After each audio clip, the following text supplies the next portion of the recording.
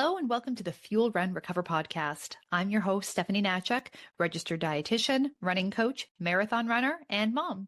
This season, we're breaking down running's biggest trends, hot topics, and myths, and turning them into practical nutrition and training advice you can actually use every day. Let's get into it. Hey runners, before we get into today's episode, I want to ask you a quick question. Have you ever wondered if your nutrition is actually helping your running, or is it actually holding you back? If you want to find out, I've created a brand new free resource just for you. It's called the Runner's Fueling Audit.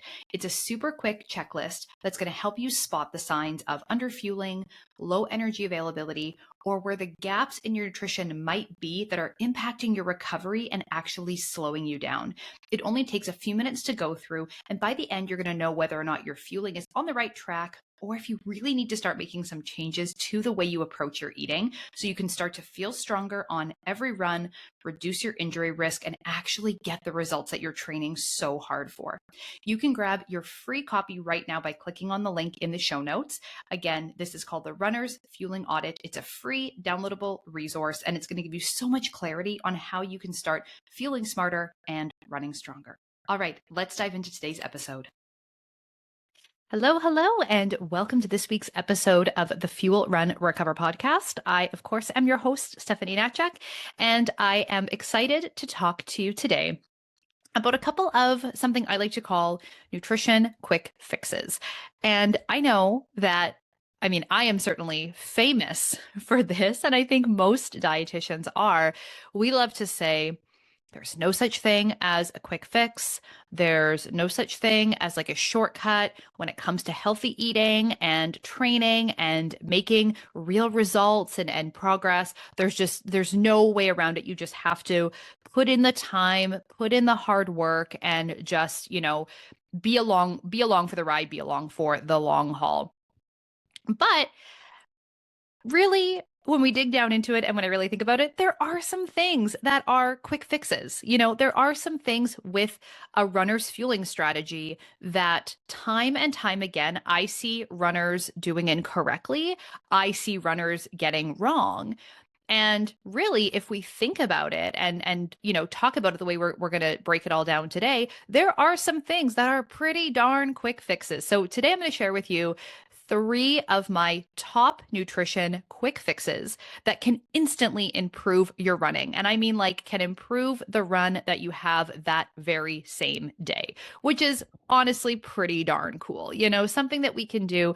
We don't have to wait weeks or months or years to see that pay off the way we often have to with so many of the things that we do as runners.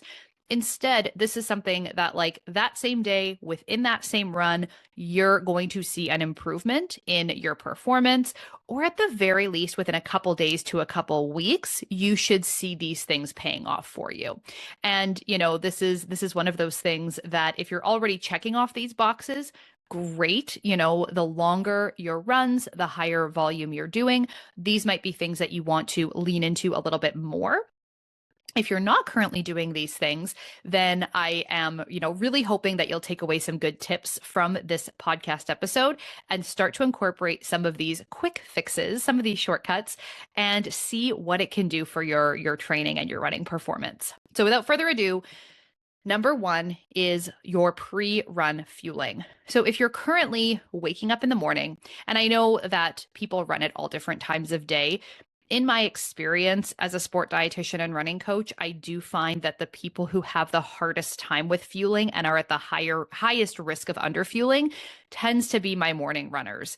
This has to do with the popularity of intermittent fasting, the fact that people wake up in the morning, it's early, their stomach doesn't really feel ready for food, they don't have time, they don't want to wake up that much earlier to have to get something in and wait for 2 hours for it to digest. So I just find that a lot of my early morning runners are the ones who tend to do the worst when it comes to their fueling habits and fueling practices for a variety of reasons. If you know that you also struggle, but you run at a different time of day, obviously these same things apply. But in my example that I'm going to give here, this is going to be for the early morning crowd.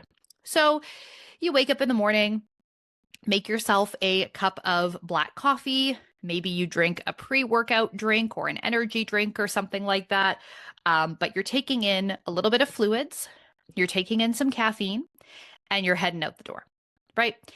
And the reason that you don't have any food or anything that would be considered fuel, any carbohydrates with that pre-workout routine might be because you don't have time. It might be because you don't think you need to, right? Depending on the duration of the workout, that's a debatable topic. And also, you might intentionally be trying to do more fasted training.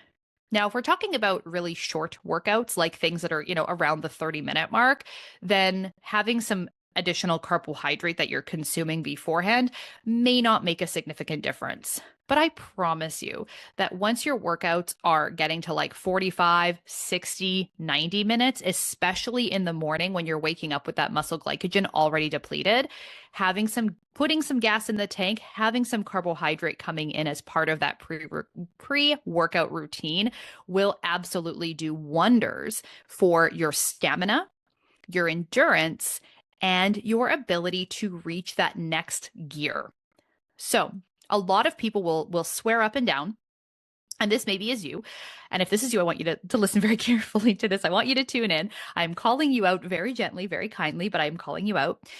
People will swear that they do fine and they feel great if they do long fasted training runs or workouts, right? Like people really don't see the lack of fueling or the not taking in some pre-run carbohydrate as an issue. And what I will say is that the research very consistently shows that you can, you might still get through that workout, of course, right? Like we know that you finished the workout, but your ability to reach that next gear, your ability to reach those harder efforts and sustain those harder efforts is going to be limited. Now, the thing is, if we've taken in caffeine, our heart rate is going to be a little bit more elevated than if we didn't. If we are working out in a glycogen depleted state, we might objectively feel that that workout was hard, right? We may feel that we are working out at the maximum effort level that we have or at the effort level that we should be at.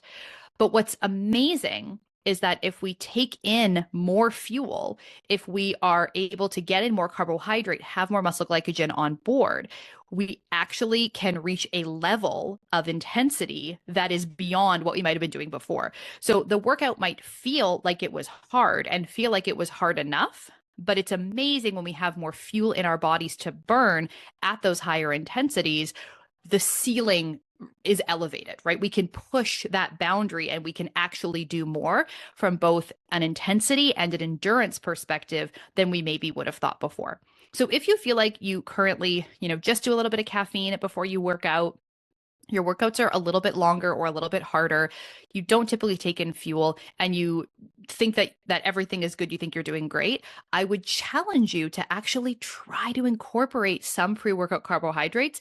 Give it a month, do a similar workout, at point A and point B, and really see what a difference just incorporating some carbohydrates can make. The other thing is that if we're having too much caffeine without enough fuel coming in, right? What caffeine does in the body is it boosts alertness, right? It reduces sensation of fatigue. It reduces feelings of fatigue at the level of the brain. It reduces pain sensation during exercise. It boosts our mood and it boosts our endurance. Now, all of these benefits of caffeine when it comes to like our physical performance, like improving endurance and stamina and improving our performances during training, all of those things are more specific to people who are fast caffeine metabolizers. This is a genetic variation. The population's about 50-50, so it's not like a huge swing in either direction. So population's about 50-50, fast versus slow caffeine metabolizers. People who are considered slow caffeine metabolizers do not generally get the same benefits performance-wise from caffeine as those who are fast metabolizers. If you are a regular caffeine consumer, if you use caffeine before you train, if you're taking caffeinated products during training, drinking maybe coffee or tea throughout the rest of your day, energy drinks, etc., then I do think it's really valuable to know which category you fall into in terms of your caffeine metabolism. There's a genetic test that you can do to get this information, because you don't want to find out that you've been using caffeine and it actually doesn't help you. or that it's increasing your health risks, which it does for slow metabolizers. So anyway, caffeine does all of these things, mostly in fast metabolizers. Some slower caffeine metabolizers can actually experience a worsening in performance with caffeine use before or during exercise. So again, the thing that feels objectively hard when you're doing it may not be the thing that is like, it may not be actually boosting your performance or helping you reach your performance potential. It might be holding you back, even though it feels like you're working really hard. So, as great as caffeine can be, and I myself am one of the fast caffeine metabolizers. So, I mean, I'm a fan of caffeine. I have nothing bad to say about it. The problem is that it's not actually a source of energy that your body can use. So, it's not calories, right? It's not energy. It's not carbohydrates or fuel. It's an artificial sensation in the brain of being energized because it is blocking the receptors in our brain that cause us to feel tired. So, it's, you know, giving us the sensation of having energy, but it's not actually giving our muscles fuel and usable energy that it can burn. So if we're taking in too much caffeine without enough fuel to go along with it, we can become more shaky. We can experience drops in blood sugars. We can have more GI issues during our workouts. And again, we can have that higher heart rate without actually pushing our performance. So we may be at an effort level that is feeling challenging, but really, if we were properly fueled, that would be a lot higher. We'd be able to be doing a lot more work. So, nutrition quick fix number one, add some fuel to your pre-workout routine. And I think one of the biggest myths that I see people asking about is like, I already run really early in the morning. I wake up at 4, 5 a.m. to get my workout done. I don't want to have to wake up at 2 or 3 to like eat and have 2 hours to digest before I run. And I'm like, what are you talking about? Like, at what point? I don't know when this became a common theme. At what point did it become that you like had to give yourself 2 hours to digest a meal before you could run? I don't know. Does this come like from swimming where you're like not supposed to swim if you've like eaten an hour before or something like that? Maybe that's where it originates from. I have no idea. But I get asked this question a lot by people like, oh, like how much downtime do I need between eating and running? And the answer is you actually don't need any downtime between eating and running. Nobody will come and arrest you if you eat and walk out the door. I regularly will finish my pre-workout meal, put on my shoes, and there I go. The only time that you're going to want to give yourself some time to digest is if you have a little bit of a sensitive stomach, if you're eating a big meal, like having lunch or having dinner, and then you're going out for your run after those meals, like later in the day. That's pretty much it. Those are the two times. And this is all very personal. Like you do not have to give yourself a ton of digestion time if you feel fine and your stomach does not give you any problems eating and then training shortly after. Again, no one is coming to arrest you. This is not like when you go to the swimming pool and I don't know, they're going to haul you off to jail because you ate and then you went in the swimming pool. I don't know. But it's just one of those things. And especially because we're not talking about necessarily having a ton of food, right? I'm talking about having a cup of coffee and like 2 or 3 graham crackers. Talking about having your pre-workout drink with a slice of toast. Maybe you're having a cup of breakfast cereal with a cup of tea, right? Like we're not talking about making yourself like a big spread, a massive amount of food that you're going to be super full.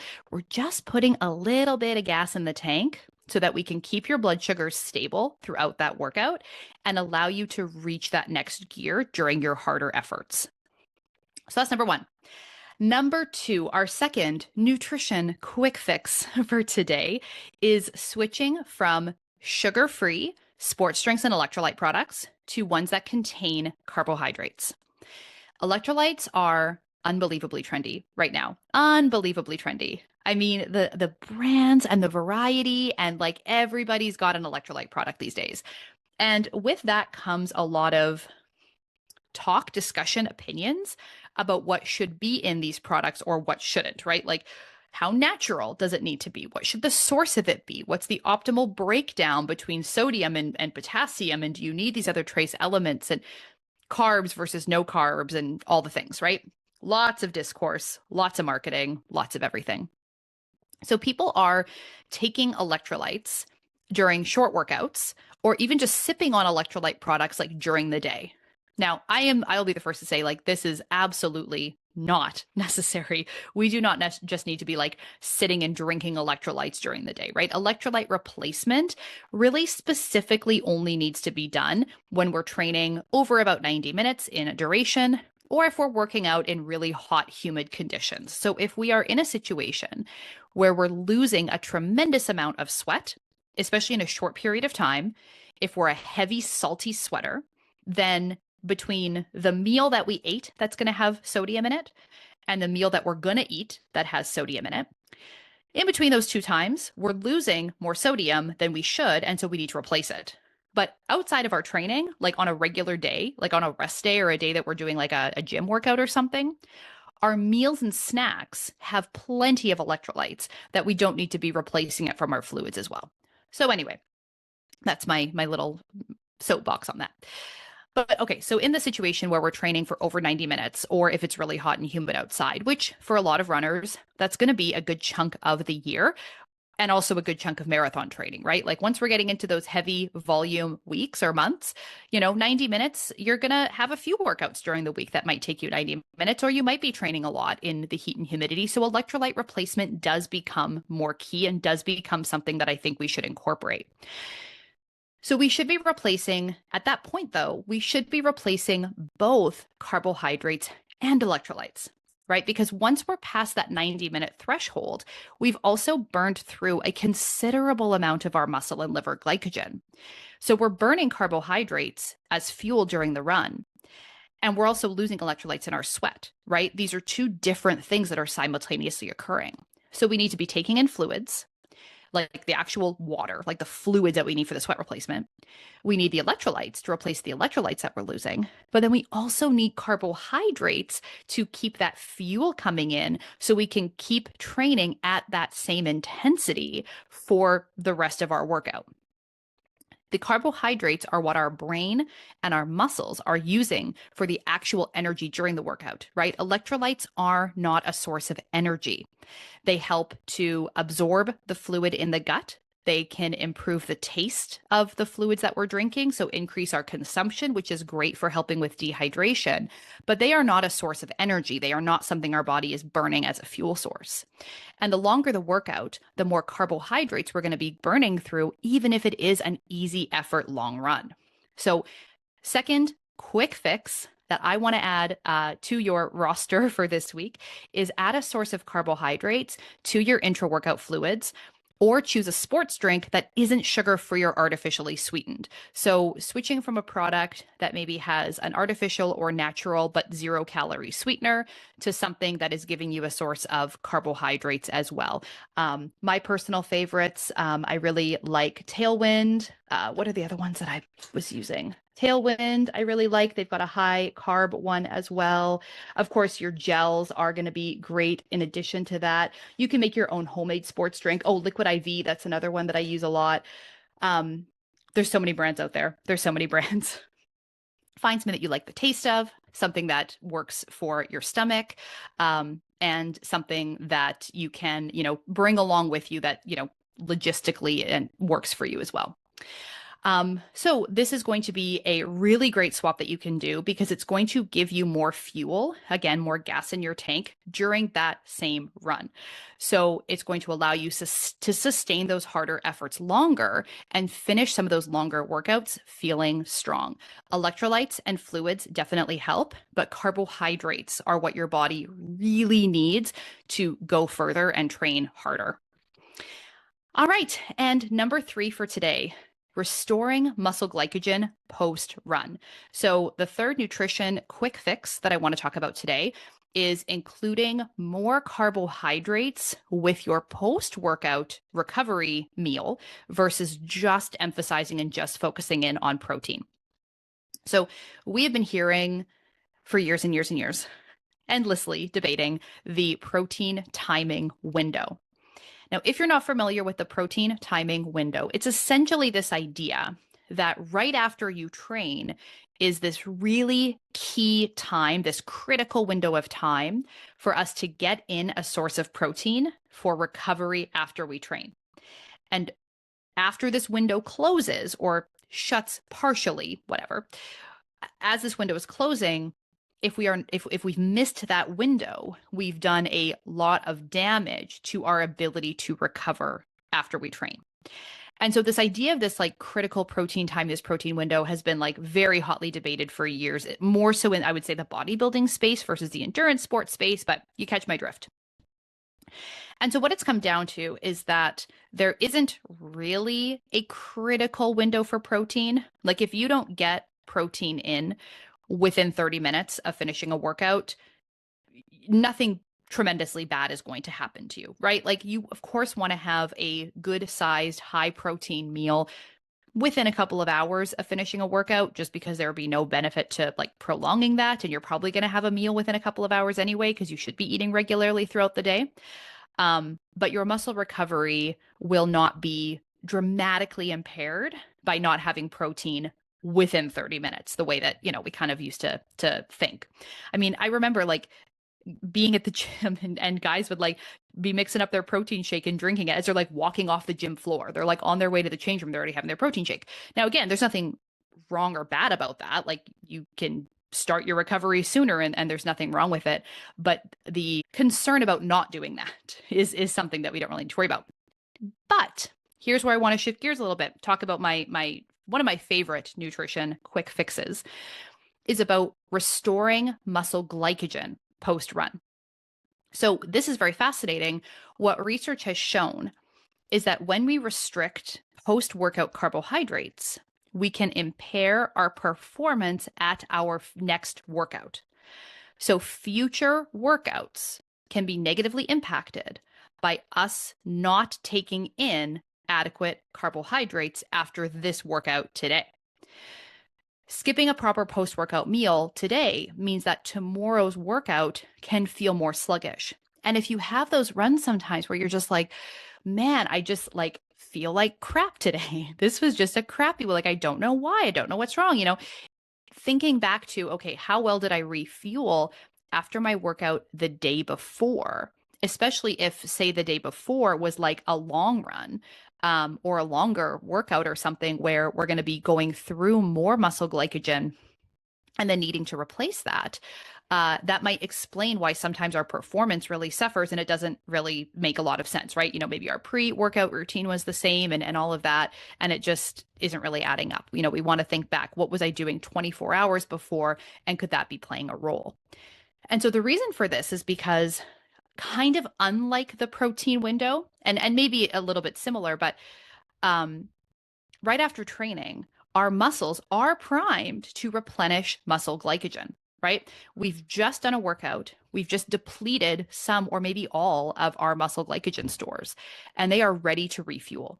So that optimal window does decline as time goes on. Again, this is not a window open, window shut kind of scenario. It's not like, okay, here's your window to restore muscle glycogen. Oh, wait, now it's closed.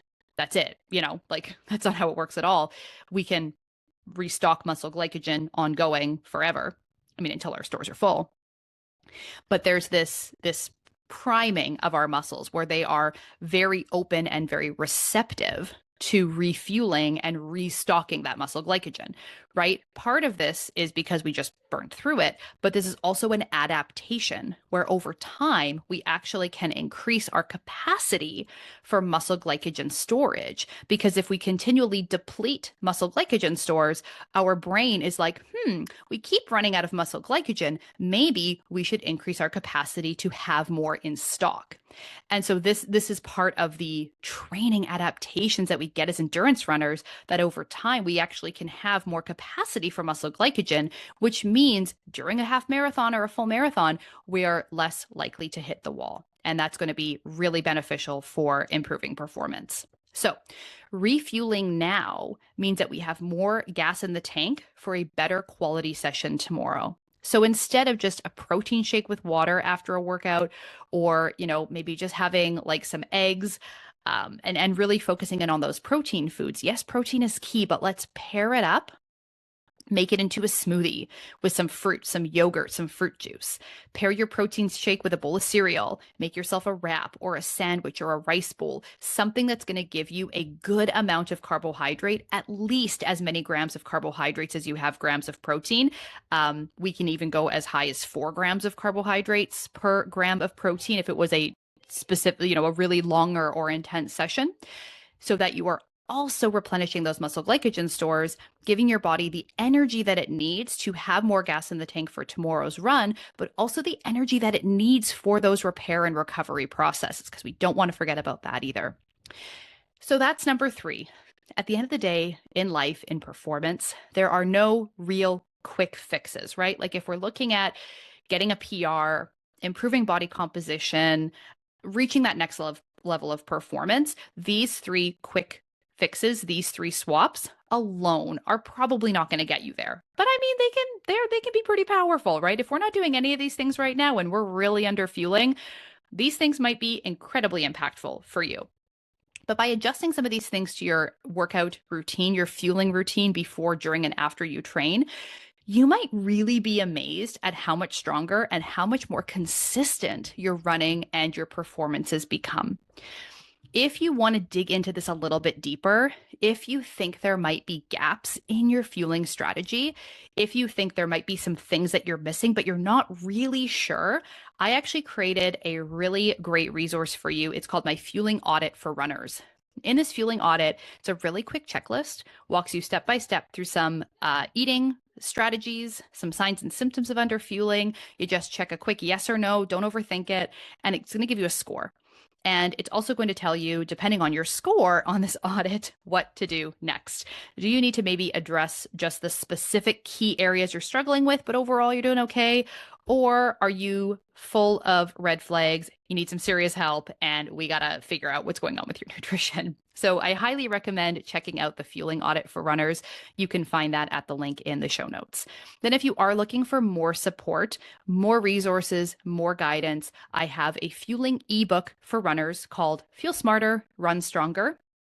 Great place to learn more about how to fuel as a runner, how to adapt your plate for your different training demands, how to adjust your mindset, how to get rid of food fear, how to improve your relationship with food so that all of this becomes so much easier. And I've filled this book as well with my best tips, meal ideas, and recipes. So if you also want to know not how to fuel, but also what to fuel with, this book has it all. You can find the link to the Fuel Smarter, Run Stronger ebook at the link in the show notes as well. And then if you're looking for more accountability, if you need more personalized programming, you really want someone there to help you through figuring out what fueling looks like for you as a runner, I would love to invite you to join me inside the Fuel Train Recover Club, or you can apply for a one-on-one coaching spot with me. You can find all of those links in the show notes as well. And I want to thank you for tuning in today. I really hope that you enjoyed this week's episode. I hope that you can take away some of these quick fixes and these little swaps and start to really incorporate them into your fueling. And again, maybe be amazed at what you can accomplish with just a little shift. All right, that's it for this week. We will catch you back here next time on the Fuel Run Recover podcast. Bye for now.